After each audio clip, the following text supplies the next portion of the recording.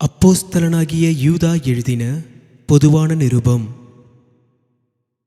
இயேசு கிறிஸ்துவனுடைய ஊழியக்காரனும் யாக்கோபினுடைய சகோதரனுமாயிருக்கிற யூதா, பிதாவாகிய தேவனாலே பரிசுத்தமாக்கப்பட்டவர்களும் இயேசு கிறிஸ்துவினாலே காக்கப்பட்டவர்களுமாகிய அழைக்கப்பட்டவர்களுக்கு எழுதுகிறதாவது: உங்களுக்கு இரக்கமும் சமாதானமும் அன்பும் பெருக கடவது. பிரியமானவர்களே, பொதுவான இரட்சிப்பை குறித்து உங்களுக்கு எழுதும்படி நான் மிகவும் கருத்துள்ளவனாயிருக்கையில், பரிசுத்தவான்களுக்கு ஒரு விசை ஒப்புக் கொடுக்கப்பட்ட விசுவாசத்திற்காக நீங்கள் தைரியமாய் போராட வேண்டுமென்று உங்களுக்கு எழுதி உணர்த்துவது எனக்கு அவசியமாய் கண்டது. ஏனெனில் நமது தேவனுடைய கிருபையை காமவிகாரத்துக்கு ஏதுவாக புரட்டி ஒன்றான ஆண்டவராகிய தேவனையும் நம்முடைய கர்த்தராகிய இயேசு கிறிஸ்துவையும் மறுதலிக்கிற பக்தியற்றவர்களாகிய சிலர் பக்க வழியாய் நுழைந்திருக்கிறார்கள்.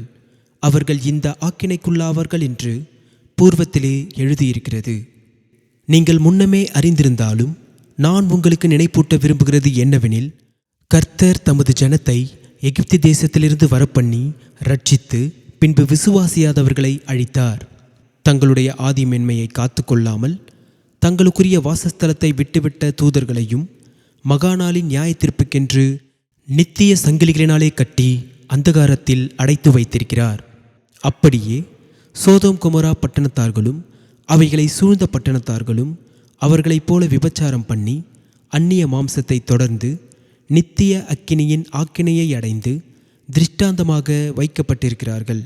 அப்படி போலவே சொப்பனக்காரராகிய இவர்களும் மாம்சத்தை அசுசிப்படுத்தி கொண்டு கர்த்தத்துவத்தை அசட்டை பண்ணி மகத்துவங்களை தூஷிக்கிறார்கள். பிரதான தூதனாகிய மிகாவேல் மோசேயினுடைய சரீரத்தை குறித்து பிசாசுடனே தர்க்கித்து பேசின போது அவனை தூஷணமாய் குற்றப்படுத்த துணியாமல், கர்த்தர் உன்னை கடிந்து கொள்வாராக என்று சொன்னான்.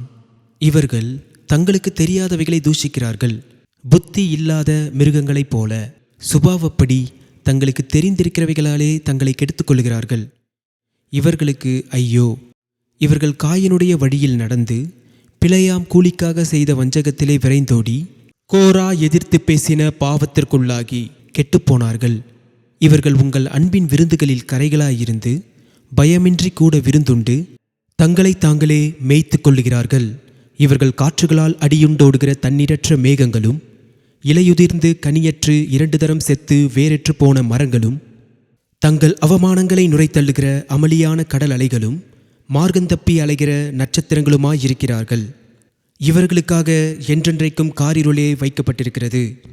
ஆதாமுக்கு 7ஆம் தலைமுறையான ஏனோக்கும் இவர்களை குறித்து, இதோ எல்லோருக்கும் நியாயத்தீர்ப்பு கொடுக்கிறதற்கும் அவர்களில் அவபக்தியுள்ளவர்கள் யாவரும் அவபக்தியாய் செய்து வந்த சகல அவபக்தியான கிரியைகளின் நிமித்தமும் தமக்கு விரோதமாய் அவபக்தியுள்ள பாவிகள் பேசின கடின வார்த்தைகள் எல்லாவற்றின் நிமித்தமும் அவர்களை கண்டிக்கிறதற்கும் 1000 தமது பரிசுத்தவான்களோடும் கூட கர்த்தர் வருகிறார் என்று முன்னறிவித்தான்.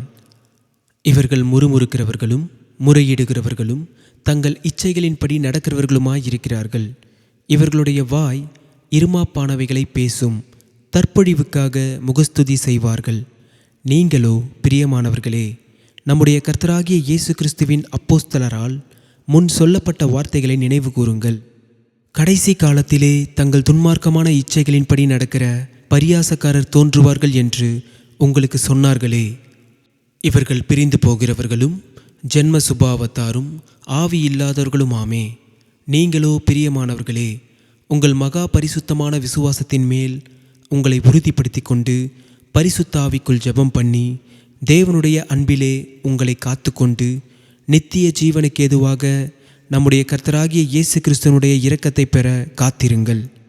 அல்லாமலும் நீங்கள் பகுத்தறிவுள்ளவர்களாயிருந்து சிலருக்கு இரக்கம் பாராட்டி சிலரை அக்கினியிலிருந்து இழுத்துவிட்டு பயத்தோடு ரட்சித்து மாம்சத்தால் கரைப்பட்டிருக்கிற வஸ்திரத்தையும் வெறுத்து தள்ளுங்கள். வழுவாதபடி உங்களை காக்கவும் தமது மகிமையுள்ள சன்னிதானத்திலே மிகுந்த மகிழ்ச்சியோடே உங்களை மாசற்றவர்களாய் நிறுத்தவும் வல்லமையுள்ளவரும் தாம் ஒருவரே ஞானமுள்ளவருமாகிய நம்முடைய இரட்சகரான தேவனுக்கு கனமும் மகத்துவமும் வல்லமையும் அதிகாரமும் இப்பொழுதும் எப்பொழுதும் உண்டாவதாக. ஆமேன்.